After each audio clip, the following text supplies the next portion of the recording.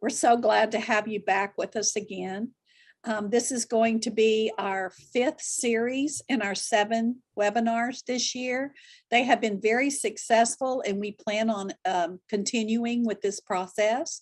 We're always interested in knowing what kinds of titles or what types of topics you might be interested in having. We record these on our website so that districts can use them for training purposes. Parents can refer other parents or family members to listen to certain topics. So please visit our website from time to time to review these trainings that we have available. Our website address is www.okserc.org, and we'd be happy for you to visit with us.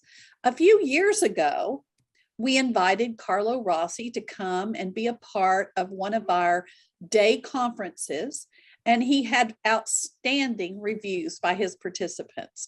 He's a wonderful fellow, and we're so glad to have him back again to talk about a very important topic, which is schools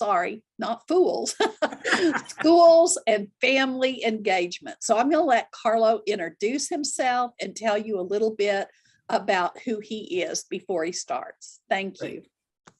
Well, thanks, Joanne and Rob and Shannon and everybody. Welcome. Thrilled to be here from California today doing this webinar on parent and school engagement. And it's the foundation of it is really everything we do is all about the child.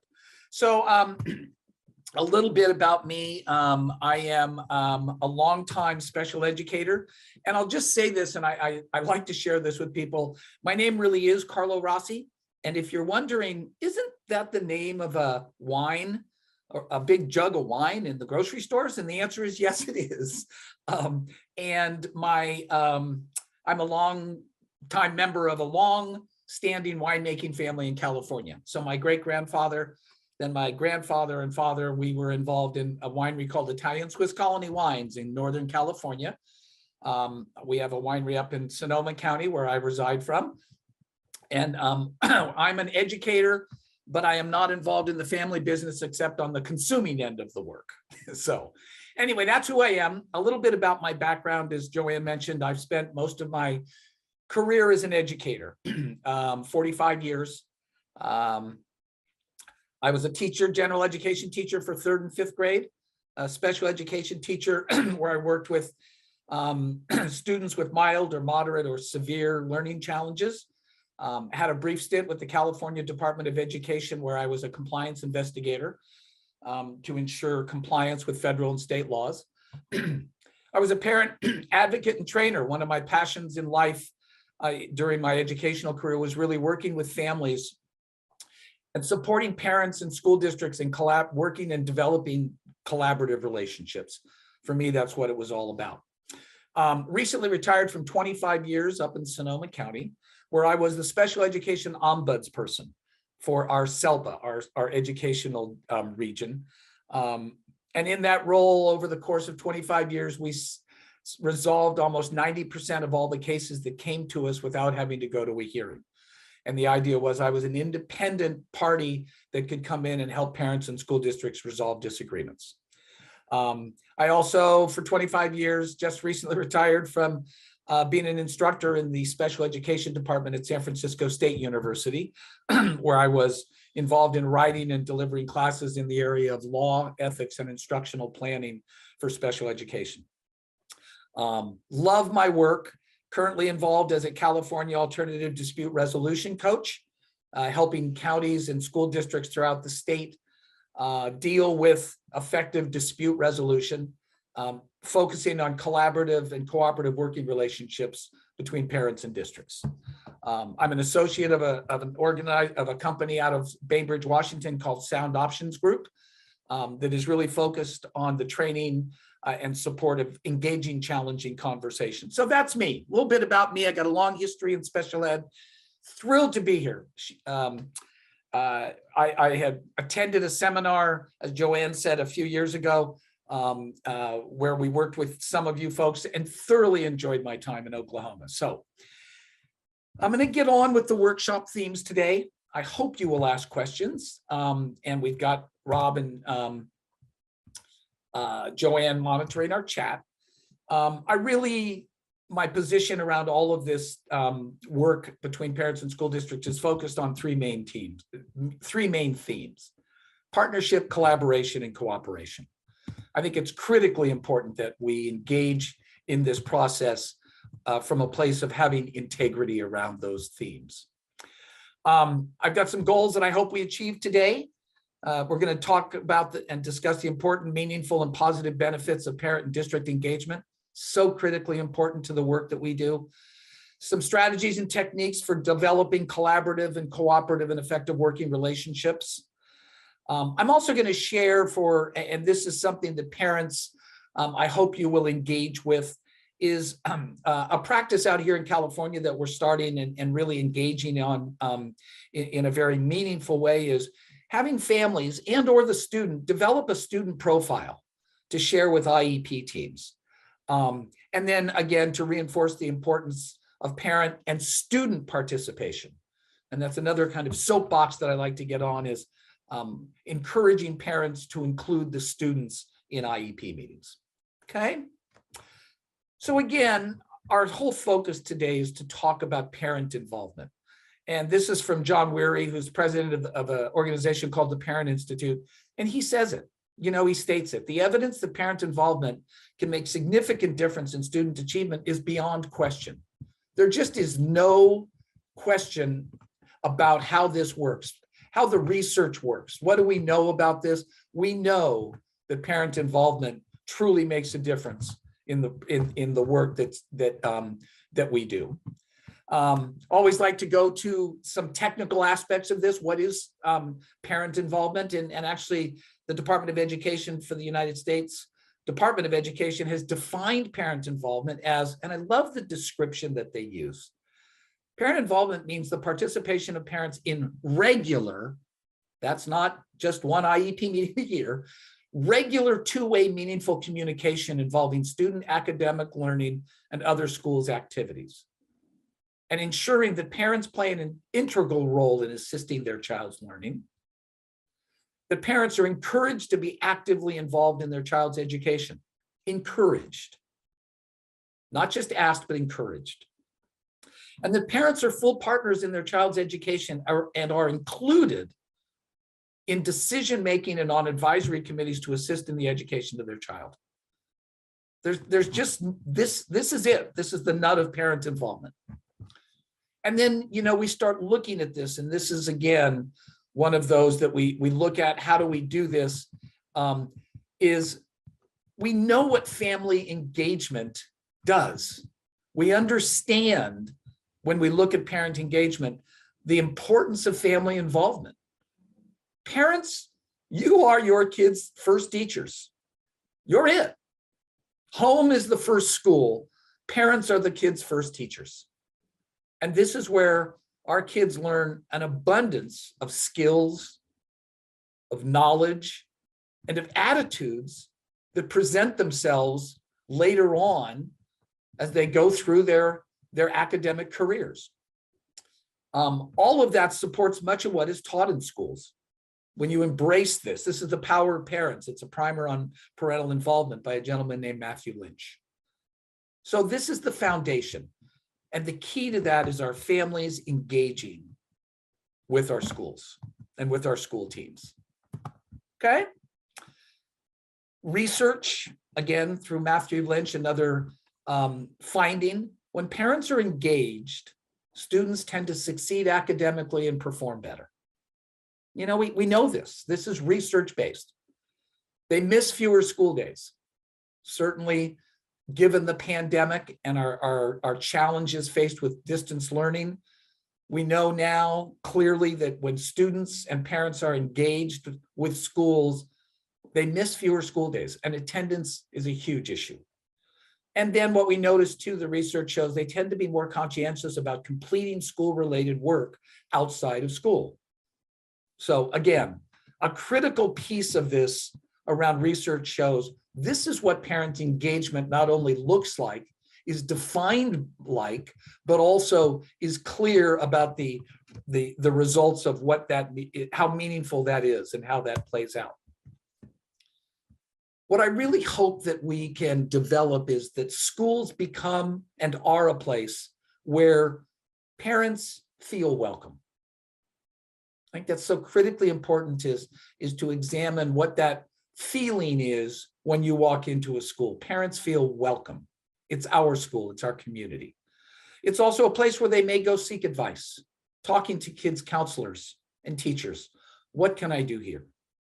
To receive suggestions on any number of school and student-related issues, and to experience our schools as a place where input and thoughts are welcomed and valued and considered. And, I think those are three very important pieces. Input and thoughts from families are welcomed, where they're valued, and really where they're given thoughtful consideration. Again, a very important role of what schools can be in our community and for our parents. Okay, good. So, as Joanne and Rob know, and Shannon, when I attended a couple of years ago to the parent training we did, most of the work that that my colleague Greg Abel and I do focuses on relationships. And so I have a handful of slides here today that reinforces by various authors the importance of relationships. And I just want to say this one comes from Margaret Wheatley. She has written a wonderful little book that I would encourage all of you to read, Turning to One Another, Simple Conversations to Restore Hope to the Future. And Margaret has a wonderful quote there that says, we have to slow down. And I know that seems somewhat antithetical to where we are today in the speed up of modern life. But Margaret goes on to say, nothing will change for the better until we slow down. And I find this to be true. She says we're losing the great human capacity of having conversations in the speed up of modern life, and it's killing us. I was really struck by our efforts at distance learning and noticing that people had, we had our kids on distance learning, tons of screen time. We had administrators going from meeting to meeting to meeting with no breaks. And I think part of what we have to do is to slow down and provide a meaningful opportunity to engage. So again, relationships aren't built by attending one IEP meeting a year. They develop over time. We're an IEP team. I'm an old coach. I coach baseball, soccer, played both sports. And we talk about IEP teams. The teams that I coached, we practiced. That's how you become a better team, is you practice. You interface, you have relationships. You don't build relationships by attending an IEP meeting once a year. You develop relationships by getting together, meeting, talking about students. I tell parents all the time, if you have a question about how your child's doing in school, you don't have to convene an IEP meeting. What would you do? You call a parent-teacher conference. Hey, I'd like to come in and talk about how my child's doing. And while IEP meetings are critically important, you engage in relationships by gathering and talking and meeting and communicating. So again, relationships are not built by going to one IEP meeting a year.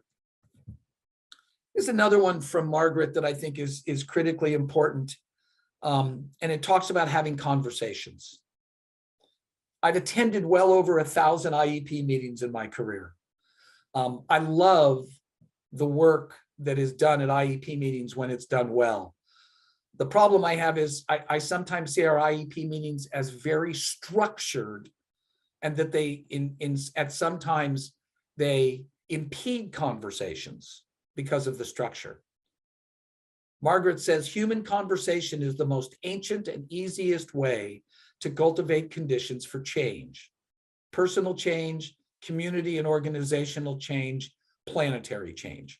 She has this wonderful quote: if we can sit together and talk about what's important to us, we begin to come alive. And I just want to say, the IEP meetings that I attend, I want them to be alive. And I'm not sure that's always what I see. I want to see us sit down and have conversations about meeting needs of kids. I want to sit together and talk about what's important to us. And again, to come alive, because really what this is all about is a conversation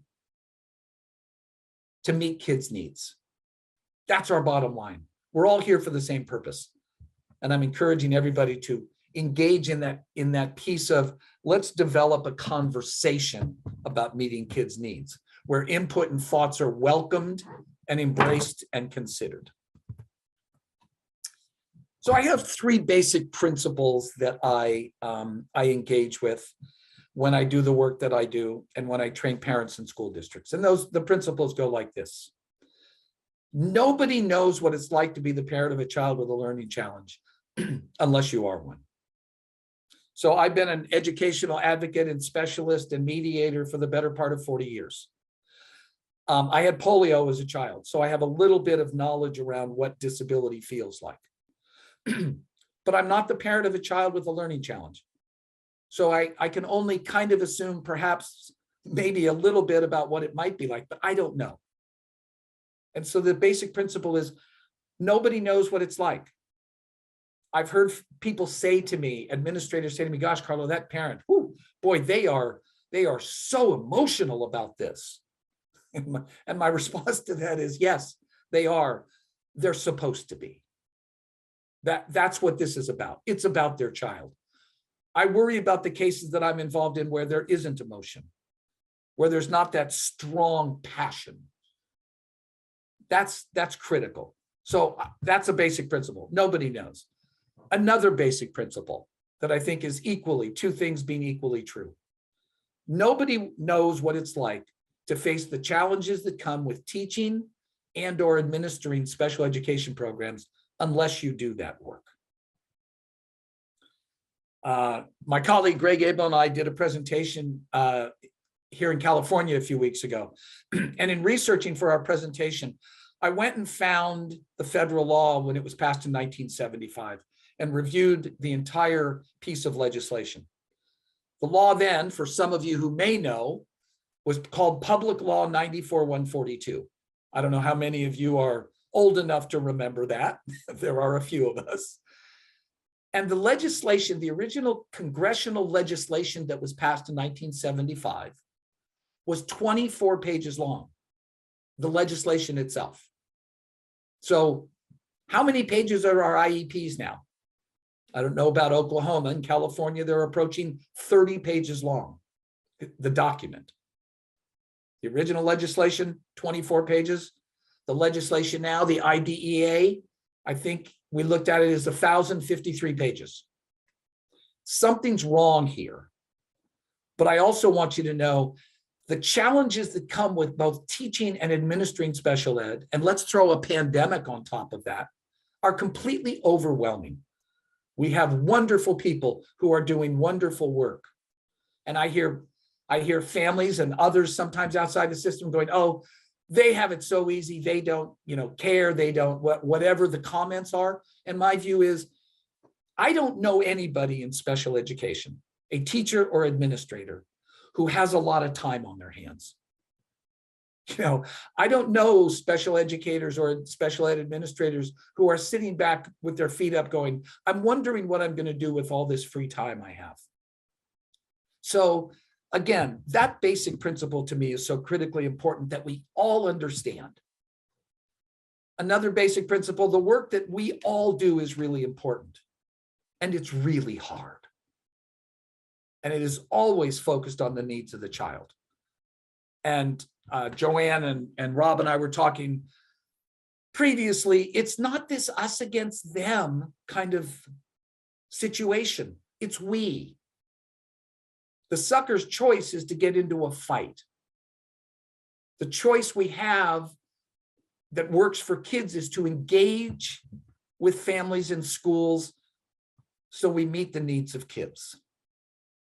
Okay, so just as a bit of a reminder, let's take a look at special education. It is a system that is ripe for dispute.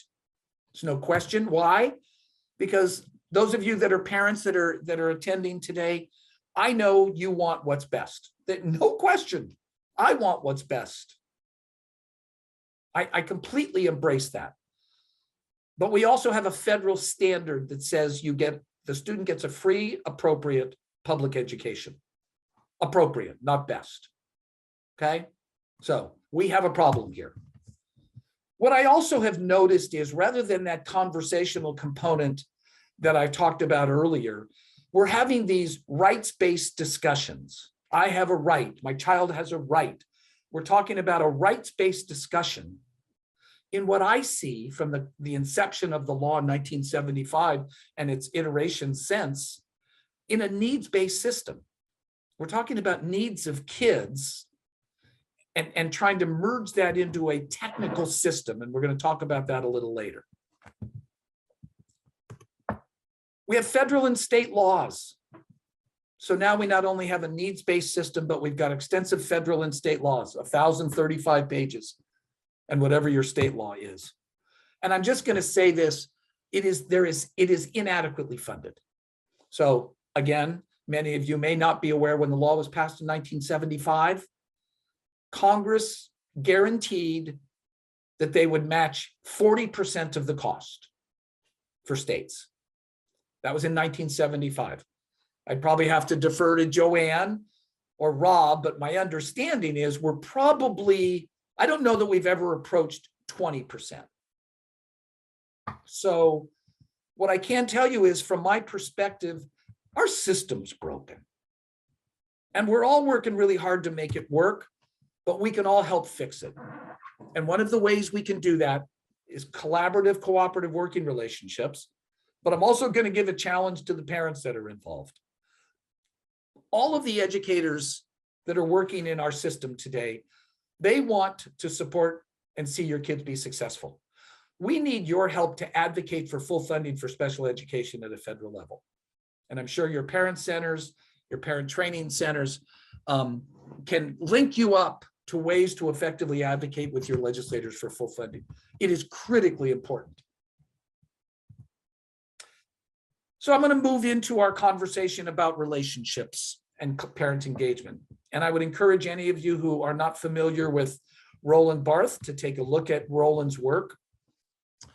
Roland Barthes is an educator who has written a number of books, and he wrote Relationships Within the Schoolhouse. And Roland's comment, and I think this is so critically important, one incontrovertible finding emerges from his career spent working in and around schools.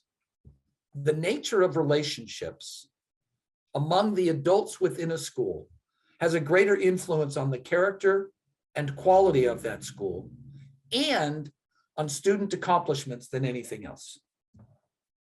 So this is about relationships. It's about relationships amongst the adults, both inside and outside of the school. Critical point. And what do we do in terms of the effective foundations for communication and effective working relationships? Is dialogue. Dialogue, dialogue, dialogue. We keep talking, and we'll talk about how to have those conversations. And dialogue is the free flow of information between two or more people. Critically important. Also, I understand the problem at times when we find ourselves confused. Certainly, families are confused about the law and the regulations and how all of this comes together. I would expect they would be given a 30 or 35 plus page document about their child when the parent wants best, and we have this FAPE standard, appropriate education.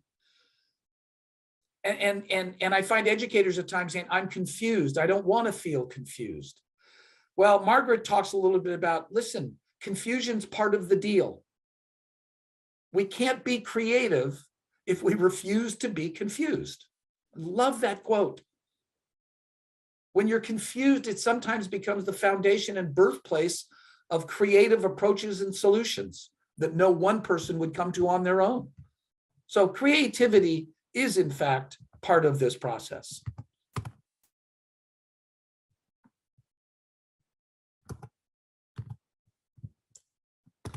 The other part of this this process, oops, I'm sorry, getting ahead of myself.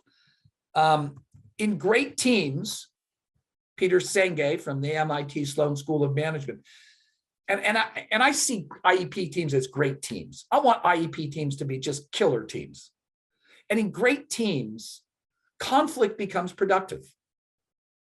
Listen, you get this, as Peter says, the free flow of conflicting ideas is critical for creative thinking, for discovering new solutions no one individual would have come to on his own.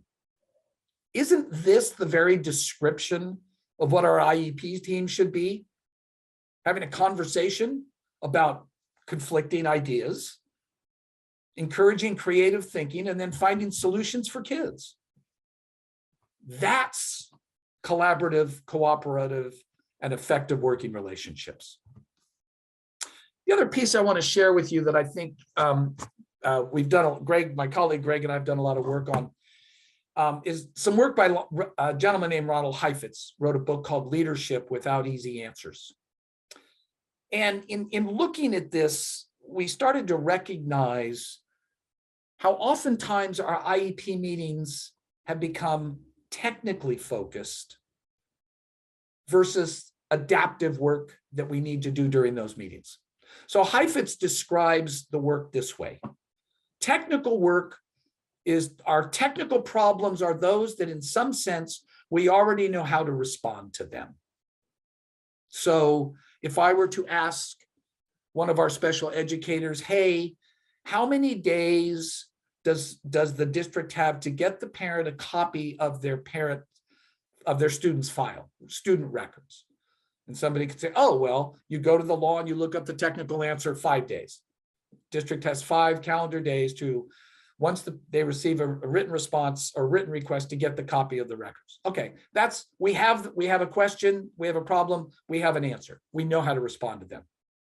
That's technical. How many days to convene an IEP meeting? How many days to do an assessment? All of that it's technical, it's law, it's black and white. But I think our work in special education as parents and school districts is adaptive work.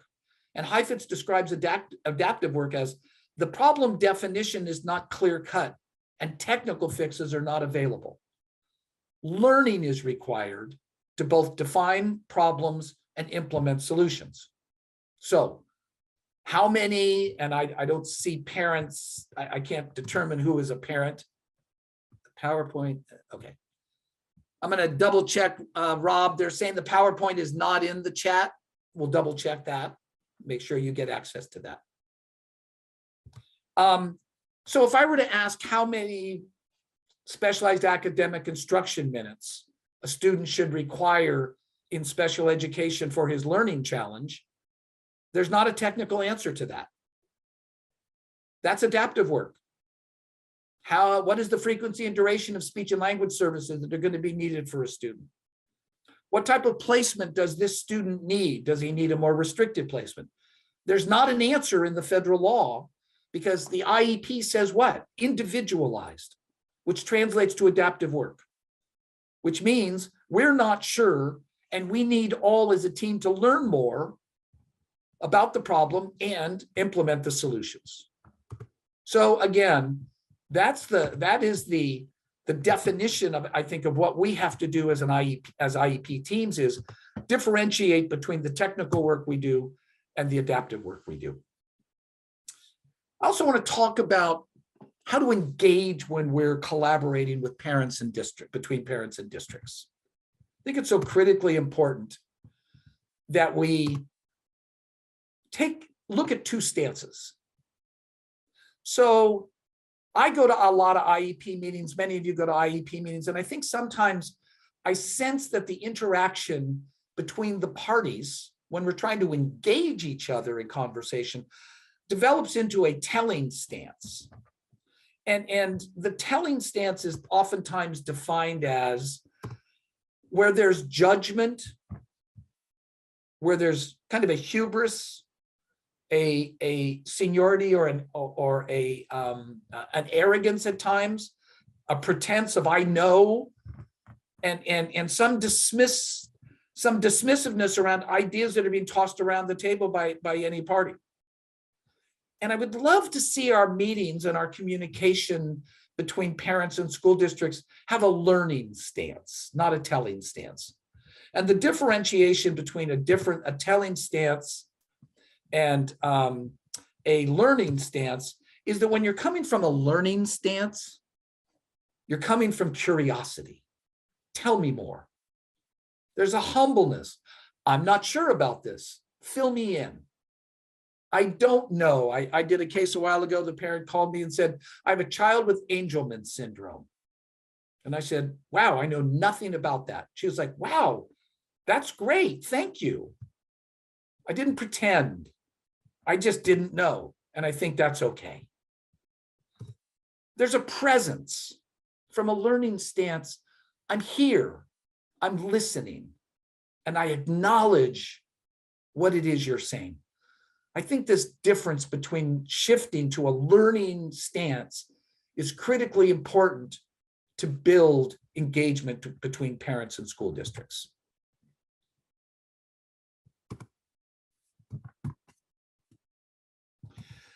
In a learning stance, you shift your internal orientation from one of certainty to curiosity. Love that. I'm not sure, I'm curious. From debate to exploration. I want to explore some of this with you. I don't want to debate it. I want to explore. We go from kind of this is it, this is the answer, to, well, let's take a look at the complexity that's involved when we're engaging in conversations about meeting kids' needs. These are complex issues. It's not that simple. But if we're curious and we explore, we can effectively address the complexity and then move from kind of this, well, we either do this or this, to a position of, oh, maybe we can incorporate both of these, or maybe we can get to an and place with it. Okay. So the learning stance, I think, is something that really will help us and support our overall engagement between parents and schools. I'm going to stop there. Are there any questions? I'm not seeing any in the chat. Guess we'll move along. Okay. All right. So inevitably we get into these situations of, I would like to share my perspective, and be that school district to family or family to district. And I always start with making sure that you know what you want to say and you focus on how to say it. Joanne and I and Rob were talking prior, and a concern I have is that this talk respectively we have compromised that. I'm concerned about what I'm seeing in terms of the tolerance we have for disrespectful behavior. You know, these are conversations we need to have. And I'm worried that we are getting into an us against them mentality. When I have something I want to say, even if it's a challenging conversation, talk respectively. And then what I always try to practice doing is suspend my judgment. Suspend your moral judgment. When it comes up, wow, I can see I'm making a judgment, I need to let go of that. And how to say it, I want to make sure I listen for understanding. Do I really understand what it is they're saying? And then what to say, again, focusing on how I'm going to say it. And then what I want to say is, I want to share observation and data, not innuendo and supposition. This is what I saw, not what I think, what I saw. And based on the observable data and the observations that I've described, I want to share my conclusions about some of that. And when I do that, I then want to ask others, so you've heard me, What's your perspective? And then can we explore this together? I think these ideas of sharing perspective does not mean I'm right, you're wrong. I can say it however I want. It's getting to a place of I'll consider how to say it, and then I can embrace what to say coming from a place of clarity and understanding. I think when you do this, you come to a completely different resting place, if you will, on the information that's presented or is available at the table. So you have one of two things. You have individually intelligent people who can collectively make stupid decisions from shallow pools of understanding. Hey, I know what I know. I've made my decision. I'm really clear on that. And I have a shallow pool of understanding. As opposed to a solid IEP team that embraces the practices we've talked about this morning. And one measure of that group's intelligence is the depth of its shared pool of understanding. I may not completely understand something, so I need to explore that. Tell me more. Parent, tell me more about what you see for your child. School district, tell me more about what it is your approach is in trying to meet my child's needs. I'm interested in seeing that. So Joanne's got a great question. What happens when only one party is understanding these steps? What if one party comes to talk and the other doesn't?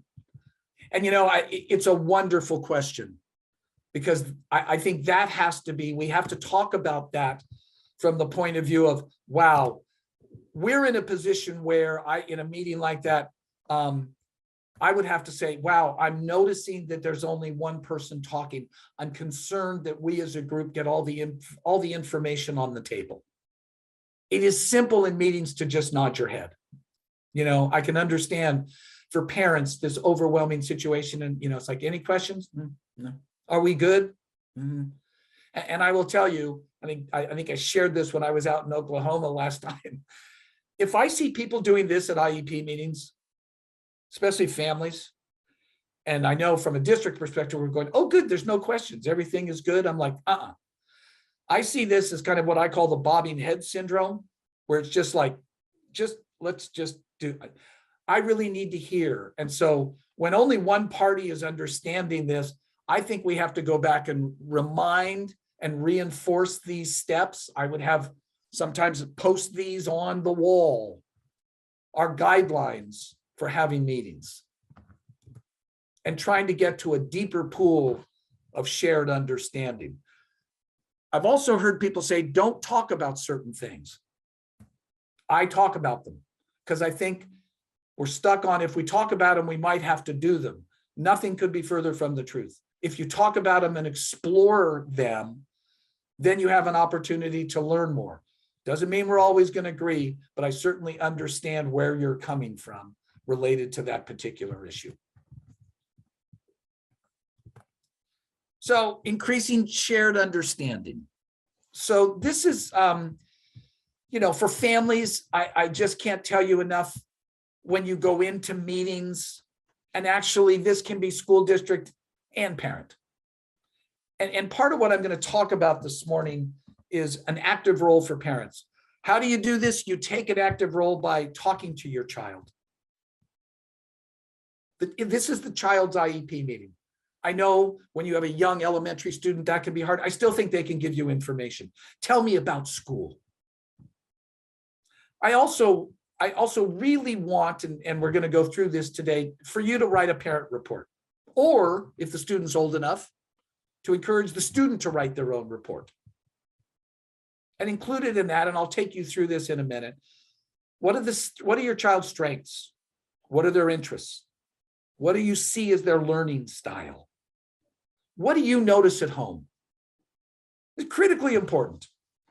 We know that kids behave differently at school than they do at home. My daughter, who is an attorney who actually represents school districts now, I remember going to her open houses, and my daughter, it's a good thing she's an attorney. She's been an attorney since she was 10. in terms of her relationship and her ability to argue and her ability to present cases. And at one point I walked in and the teacher said, "Oh my God, we love Lauren. She's courteous and kind, and she's so delightful in class." And I'm thinking, wow, that's not the child we always see at home. Lovely to hear, but share what you know about them. What do you see at home? Other information you want to tell about your child, other things you want to put on the list. And you send this to your team before the IEP meeting. Again, build relationships, work with your team ahead of time, share your parent report like they're going to share their reports with you before the meeting starts. So in the parent report that I've shared here, excuse me, I've got this little, it's a fill in the blank kind of format. And it's just thanking everybody for meeting and doing this. And then one of the things I always tell parents is put a picture in. Put a picture of your child. So when I was putting my presentation together, I thought I need a picture of a child. So I'll just tell you that's Cole. That's my 2-year-old grandson. I think he's the cutest grandchild in all the world, but that's a grandparent's prerogative. But I think it's important. Include a picture of the child. What a cool idea to remind everybody who this is about. And then when I look at these questions, these are the kind of questions, and again, that I would hope that you as parents and or the student themselves would fill out this what I call a positive parent profile. And the idea is, hey, tell us about John or Cole or Jeremy or Susan. Describe your child, including information of where is she in the family? I was a middle of 5. Talk about the personality. Talk about likes and dislikes. Really lovely information to have to share with teams prior to the IEP meeting. Somebody said, well, should I do this every year when I go in for my IEP meeting? My answer is yes, kids change. So again, I think this idea of supporting the engagement between parents and schools allows for two-way dialogue and communication. And we don't wait for the meeting. We build relationships by sharing that information. Number 2, what are your child's strengths? My strengths as I have our high school, middle and high school students, middle school and high school students. Fill this out. They know. Highlight the areas that your child does well, including educational and social environments. These kinds of, it's a strength-based model. I don't want teachers to have to wait for information. I want teachers to have information. And I want parents to have information from schools. This is a two-way conduit of information, a two-way dialogue. Another question, what are the successes? And list all the successes, no matter how small. I had a student when I taught in 5th grade and his team won the baseball championship, Little League baseball championship. How exciting. You can reinforce that kind of information. Strength-based, let us know. He got a black belt. He got his blue belt. He's been achieving in karate. It's been wonderful. List those kinds of successes. Let us know. And also, what are the challenges? Ask again your child, what are the greatest difficulties? What are the challenges? It's okay. I think it's critically important that we know what the challenges are and what they face.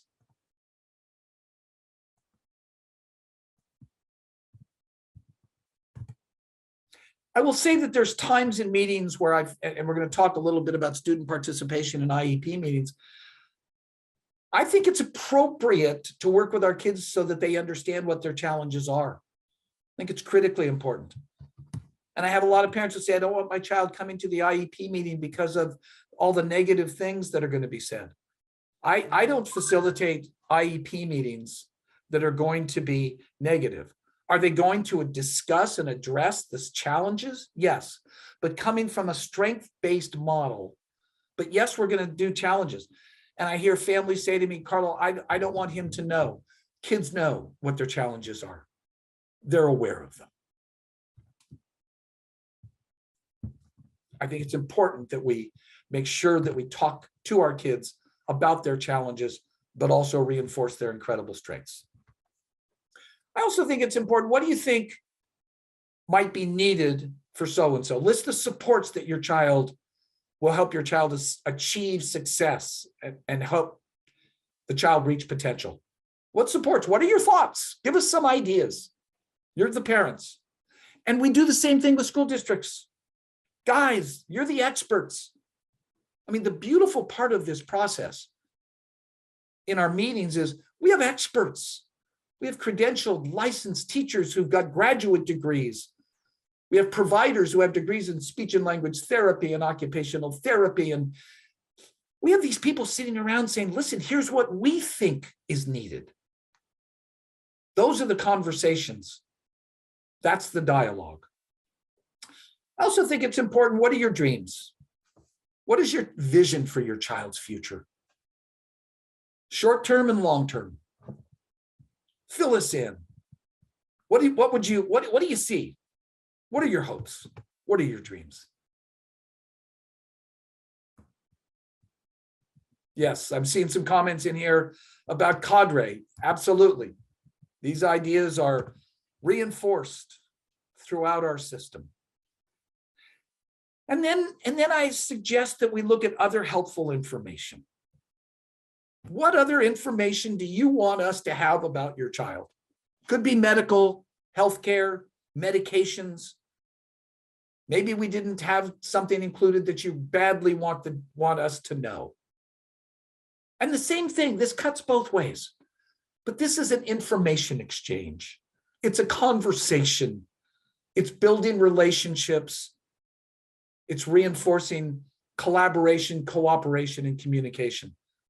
Again, you don't do this in one meeting a year, in a 2-hour IEP meeting. We do this on an ongoing basis to constantly check in and build the relationship. Yeah, I have to tell you, it's interesting to me that when we talk about participants at IEP meetings, the 5th participant that's listed is oftentimes the child when appropriate. This is the Carlo rule. I'd like to change it. And I think the child should be the first one. And I think it should be mandated. And I know that's a little bit harsh and strict, but I love when kids come to IEP meetings. It changes the very tone and nature about the meeting. I facilitated a meeting at San Francisco State last night about Section 504. And the presenter was a junior in high school, the son of a friend of mine, who presented to graduate students about what it's like to participate in 504 meetings and to do self-advocacy and self-determination. Powerful. Talk to the kids. They know and they can tell you and need to be included. So this is the parent template, if you will, but it also can be a district template. These are the kind of questions that I want to ask and make sure we have information on. And again, before the meeting itself. Okay. Check on our time here. Oh, I think we're good. Excellent. So I'm going to stop there for a minute, double check any questions or thoughts, comments, not seeing any. Okay. So we'll move on and stop me if there is. Extremely important that we start emphasizing and focusing self-advocacy. Let's see, it looks like there. Will we have access to your questions? The PowerPoint is going to be given to all of you. It will be available. And I will just tell you, I would be honored to have you use any or all of this and take it and use it as you please. Would love that.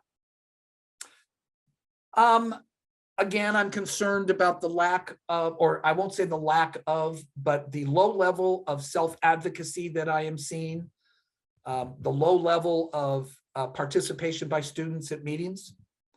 I think we all want all of our students to be successful, and I think a piece of success is practicing self-advocacy and self-determination.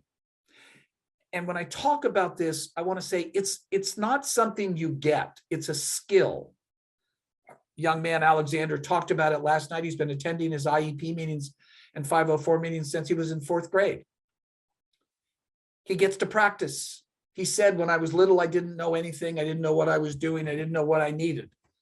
As I've gotten older, I understand my learning challenges and I know what I need. And I'm the one who should be expressing that during the IEP meeting, not my mom. Love that. So I think if you recognize self-advocacy as not only a goal, independence as a goal, but recognizing that the self-advocacy piece is a skill and it takes time to develop. How do you develop it? You encourage self-exploration. You know, let's take a look at that. How do you know, talking to kids about how they feel, what's going on. And I think extremely important in this process is reinforcing that with our kids, it's okay to ask for help. That is a hard one. And I don't mean where in front of a class of 25, a teacher would look down and go, Rob, do you need help? Because the answer to that question is going to be, you've now singled me out. And my answer is going to be what? No, I'm good. So, but I think reinforcing with kids, it's okay to recognize our limitations and to ask for help. Real hard one. You know, I had polio as a kid. My right arm doesn't work well. You know, my wife keeps saying, you don't need to get up on a ladder and do that. You can ask for help. So this is something that I still practice daily is it's okay to ask for help. I also want to say in developing this skill, really important to listen. Remember what we talked about, suspending our moral judgment? Really important that we listen to what our kids are saying. I also think, and this is work by Schreiner and Folagro, who talk about not only listening, but the power of giving kids choices. Really powerful. Giving them choice. Powerful experience to be given 2 choices and then to make a choice. As the parent of 4 kids, 2 of my own 2 stepkids and now 6 grandkids, I have learned the invaluable lesson of give them space. Give people, especially our kids, give them space. No hovering, give them some room. And then checking in with them. How are we doing? How's it going? Really, really important skill. For all of our kids, it's imperative that they understand the degree that they are able, what their learning challenges are. How those learning challenges impact their everyday learning. And what they can do to navigate their learning environment. I need this. I need that. It would benefit me to have more time. Again, it's a skill, and the idea is we're developing a skill of self-advocacy, and that's a goal that will lead to increased independence for our kids. I want to say, and again, I mentioned this already, that I think it is incredibly important that kids participate in their IEP meeting. It is an incredible opportunity for them to develop and practice their self-advocacy. They get to see this stuff, goal setting and teamwork. They experience this team as a group of people who are looking around at the needs and setting goals and working together. It helps students understand the impact of their disability, their learning challenge. It reinforces the concept of asking for help from others. To reinforce that idea of what are your strengths? What are your needs and what are your concerns? They're part of this process. And we don't always agree, and that's okay. Teachers and parents can support, instruct, and coach students in how to participate in their IEP meetings. This comes from the national organization CHADD, Children and Adults with Attention Deficit Disorder. We all get to do this. And it's not easy. It's hard work. But it's towards the right goal of independence, self-determination, supporting our kids in making change, positive change. So again, I think extremely important for kids to participate in this process. My experience is when we provide students with opportunities for engagement in the IEP process, they make gains in their functional performance, their social competence, communication, personal management, behavior, and self-determination.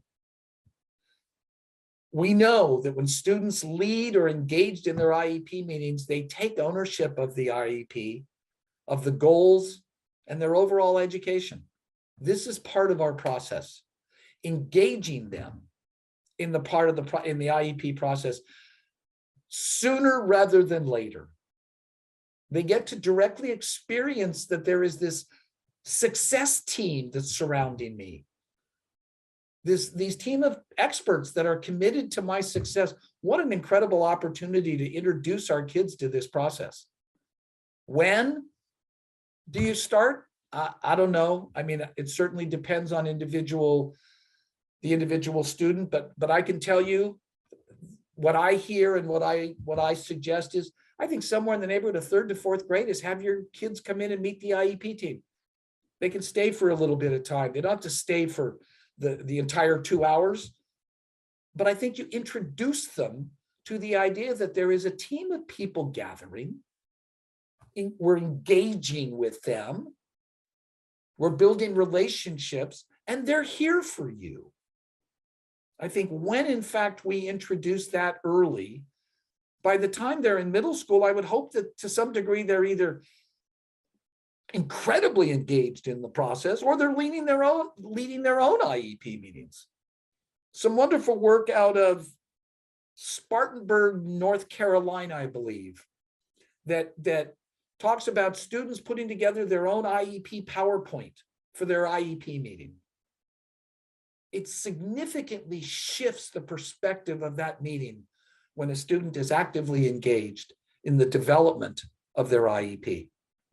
It is an opportunity to practice these, and it is an opportunity for them to address the kinds of needs that they have in a positive way. So I think we're almost, that's kind of the formal presentation that I've got. And I would love to entertain questions or comments or thoughts. I don't see, let me see here.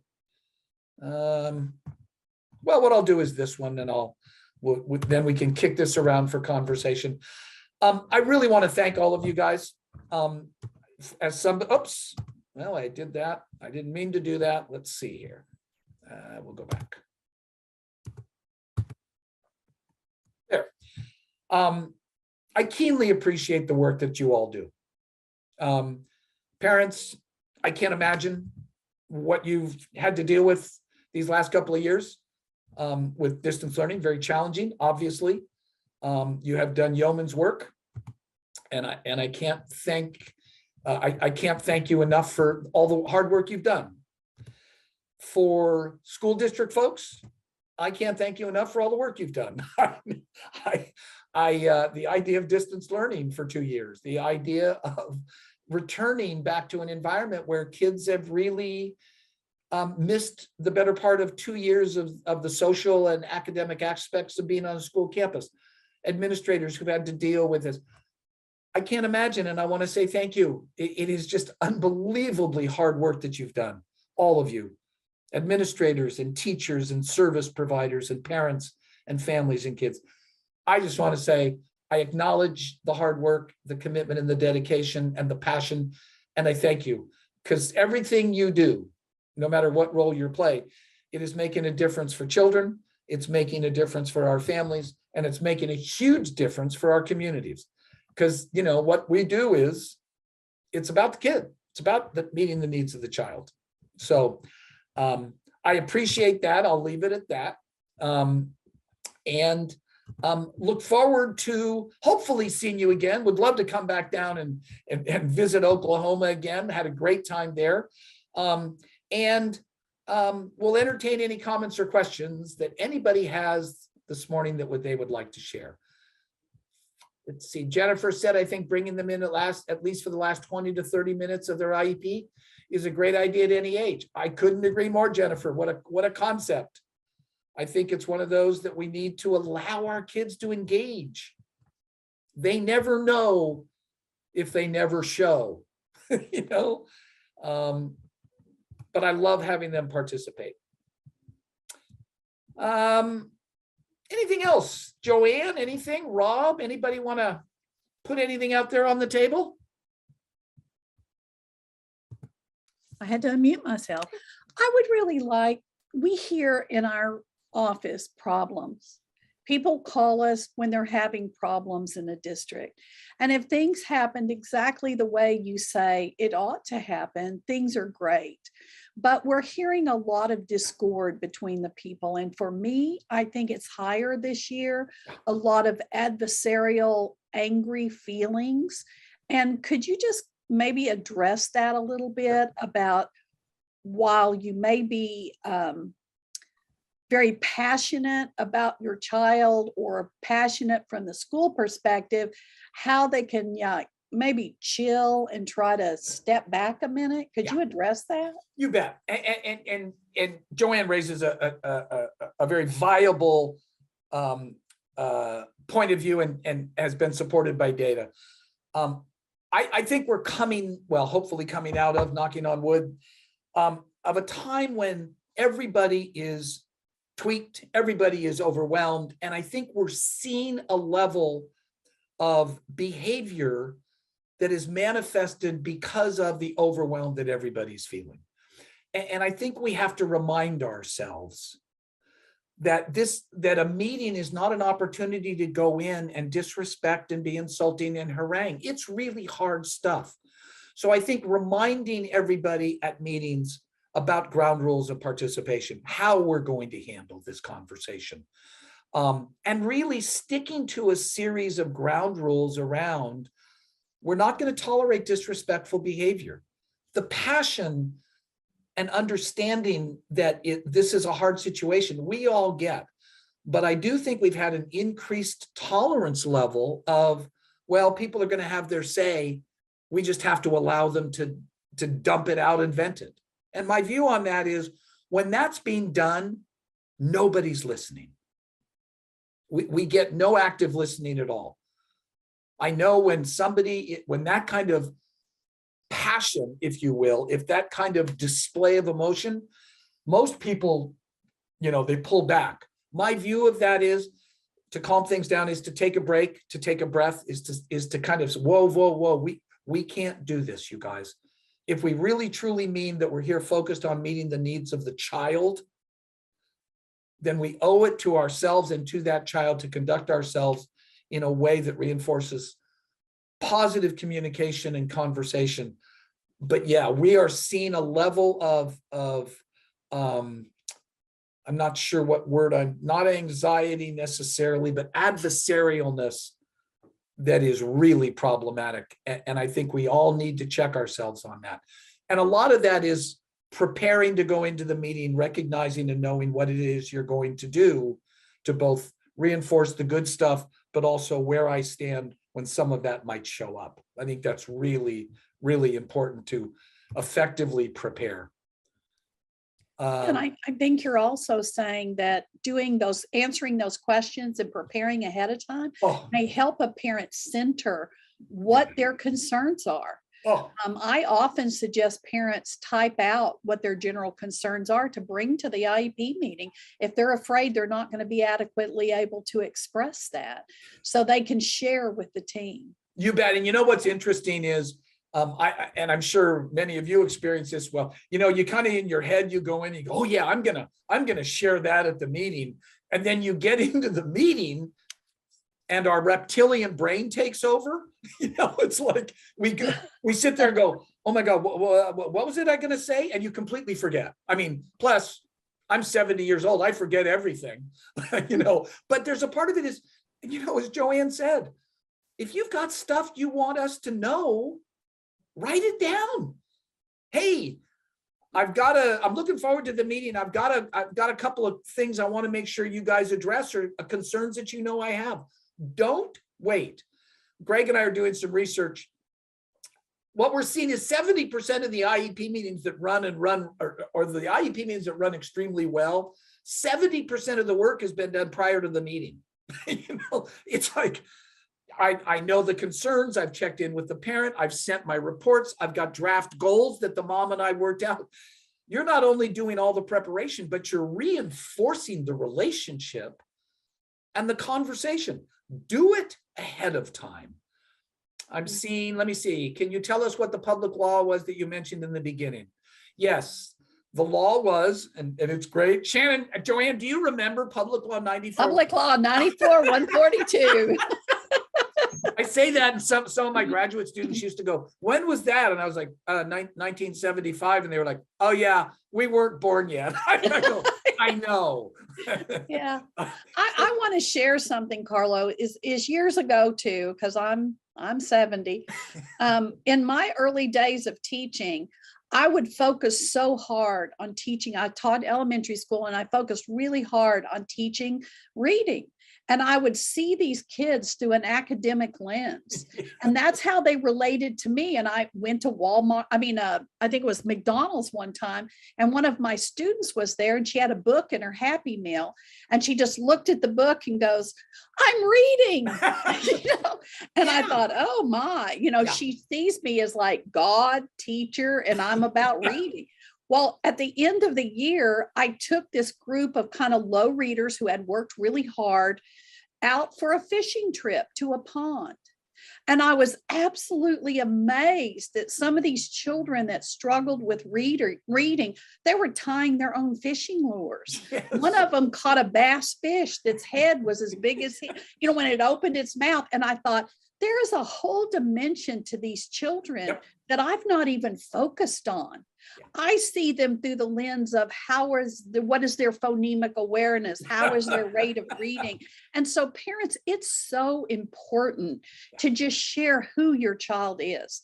That helps a teacher know how to look for the good in a child and how to find what they do well and then really reinforce that and latch onto it and praise that kid and talk to them about other things than just reading or math. Yes. And yeah, I just can't say it enough. I think it makes a critical difference and parents can do that. And I think that pre-preparation that you're talking about, Carlos, is so important. Yeah.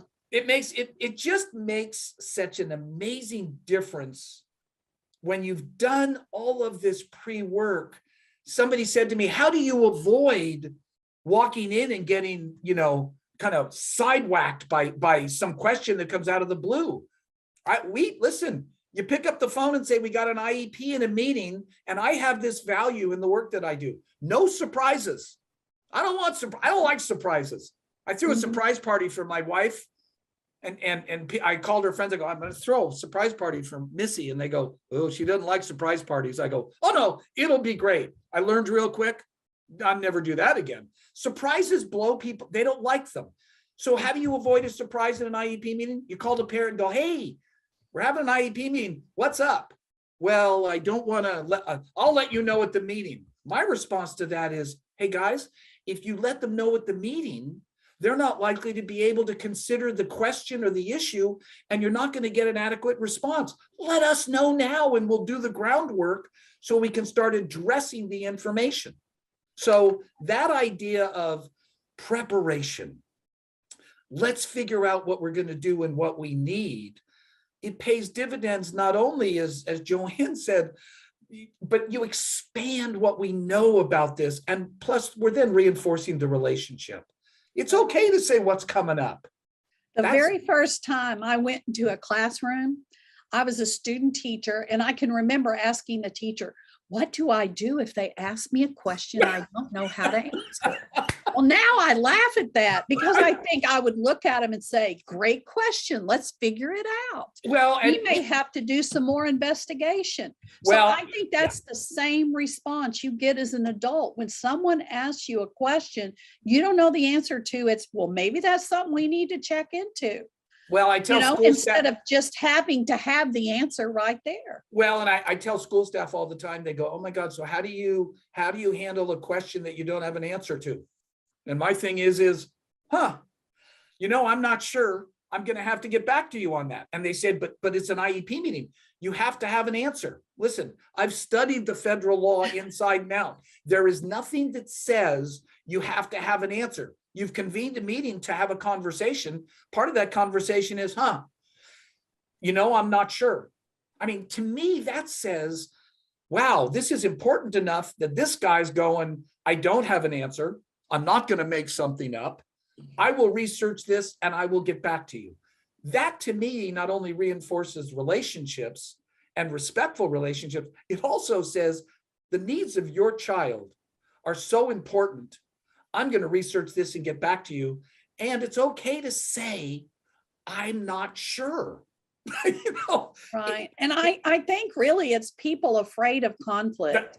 They're afraid of what's going to happen when they ask that question and there's no answer. Yep. And I think the answer to that came for me after I dealt with being comfortable with conflict. Yep. And not being afraid of it.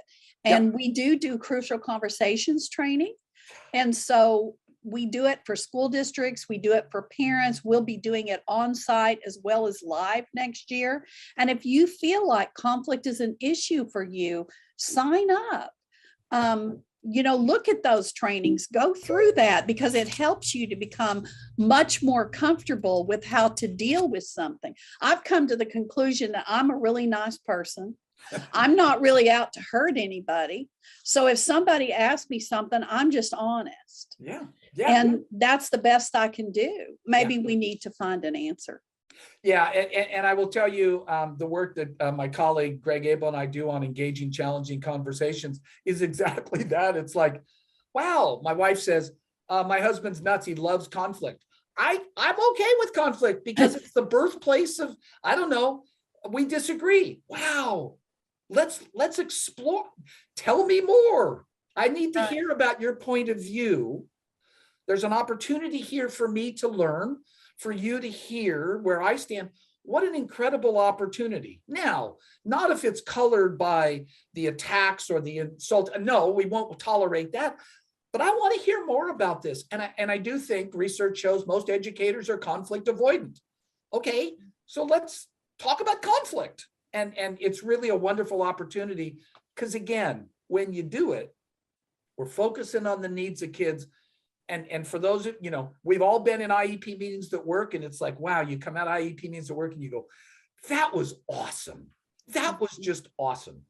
And that's what I mean. Like, I want our IEP meetings to come alive because we're having conversations about needs of kids with a team of people. And like I said, I love team sports. I love when you see, I've coached a lot of really good teams, and the really good teams practice together and they trust each other, even in the times when there's disagreement. Okay, but I still trust that we're all here for one purpose, meeting the needs of kids. And that's really what it's all about. So Oklahoma Parents Center, obviously you guys are doing great stuff with how they engage parents in this preparation. The public law was PL 94-142. You can look it up. It's not a very lengthy piece of legislation. And you can look up to see that when you actually investigate the original piece of legislation, what I will tell you, and this is kind of embarrassing, and Joanne will remember this, my first IEP meetings that I did when I was a teacher, they were 3.5 pages long, the document. And some of you won't know this, we used NCR paper or carbon paper. I mean, I was like, and it didn't matter because a year afterwards, you couldn't read the copy because it was, but it was a 3.5-page document where we literally sat down with a parent and filled out some stuff saying, here's the information on your kid, and here's what we're going to do. And isn't this awesome? I mean, Right. And while the problem continues, while the struggle that's inherent in special ed relationships continues about that child, we've come so far. Oh my gosh. I remember in the late 70s, if I had a child in special ed, I took the lunch count and the special ed kids left my room. I never saw them again. You bet. And so it's not that way anymore. No. So we've overcome, we've grown so much. We are going to continue to have problems because those are difficult questions, and it's inherent when people are trying to work together over something so interesting. You bet. And we thank you so much, Carlos, for coming today. We appreciate you so much. And well, I love doing it. You got a great bunch of people. Would love to come down and one of my bucket list things, so you all know, is I'd love to see a Cowboy game. OSU, just one of those college football junkie people, and I just, you mean an OSU Cowboy game? Absolutely, OSU Cowboys. Oh yeah. So all right. Well, maybe we'll have to schedule you something in the fall. I think we have to do that. I'd like to come back and do that. Go Boats. That would be great. That would be great. And thank you for the opportunity, you guys. Again, I really want to thank you guys for the work that you do. It can't be said enough. What a year, what a 2-year period we've been through. And yet, as Joanne said, on the other side of that, I think we have an incredible opportunity to grow this system as we've grown over the last 40-some years, to make it even better. And it's going to take all of us working together, but we built a system that truly is making a difference for kids. Let's just keep at it. Yeah. Well, thank you, Carlos. Be well. Next month, someone from Sound Options will be here again. It will be Greg Abel, and he's going to be addressing something really tough. It's when you get into that crunch where you don't know where to go in your conversation, where everybody just kind of sucks air. They just stop and kind of, well, where do you go? You go by you start asking questions. And there is really an art to knowing what the purpose of a question is, how to use it, what are you trying to find out? And Greg's going to be here to present on that little topic. So you can have some information to review over questions, and it's a great presentation. So we look forward to seeing you. I think Rob included our Wisdom Wednesday webinars. And so please go in there and sign up for it.